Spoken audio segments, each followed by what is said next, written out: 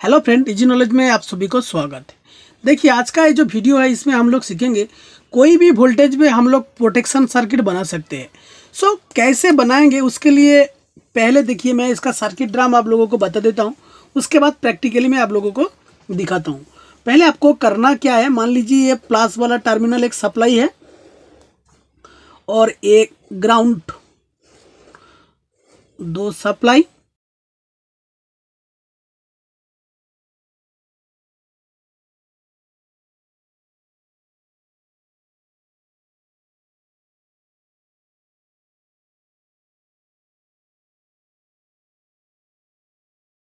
देखिए पहले आपको करना क्या है, ऐसे सर्किट बनवा लेना है। मैं इधर 13 वोल्ट का सर्किट पे एक प्रोटेक्शन सर्किट बना रहा हूँ, इधर मैं 13 वोल्ट अप्लाई करूँगा। सो उसके लिए आप जितना वोल्ट का प्रोटेक्शन सर्किट बनवाना चाहते हो उसके लिए आपको करना क्या है, ये जो जेनर है इसका जो जेनर वैल्यू उसको चेंज करना है।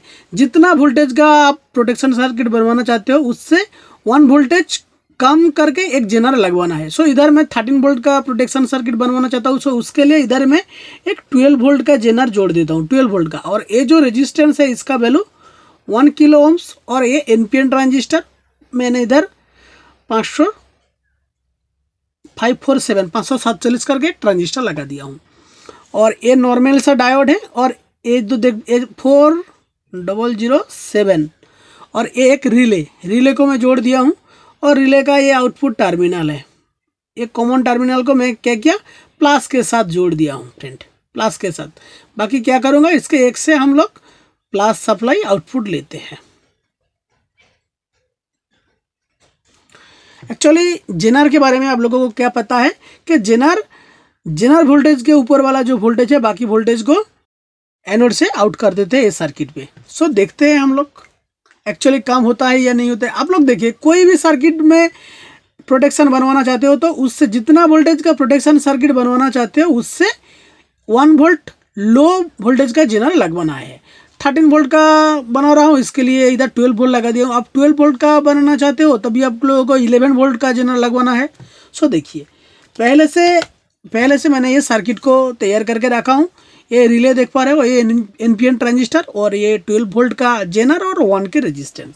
अभी कुछ सप्लाई इस पर कनेक्ट करना है। सो उसके लिए पहले मैं ये पॉजिटिव और नेगेटिव सप्लाई को जोड़ देता हूँ फ्रेंड। ये पॉजिटिव टर्मिनल है, देखिए इधर पॉजिटिव सप्लाई जोड़ दिया हूँ, और ये ग्राउंड जोड़ दिया हूँ। और आउटपुट में एक लोड कनेक्ट करना है। सो रिले से मैं प्लस सप्लाई को कटअप करता हूँ, उसके लिए एक ग्राउंड के साथ एलईडी का ग्राउंड जोड़ देता हूँ, और रिले का एक टर्मिनल के साथ मैं ये लोड को भी जोड़ देता हूँ। देखिए फ्रेंड, लोड जोड़ दिया हूँ। अभी मल्टीमीटर को कनेक्ट करना है, कितना वोल्टेज पे कट हो रहा है उसको देखने के लिए फ्रेंड मल्टीमीटर को मेन सप्लाई में कनेक्ट कर देता हूँ।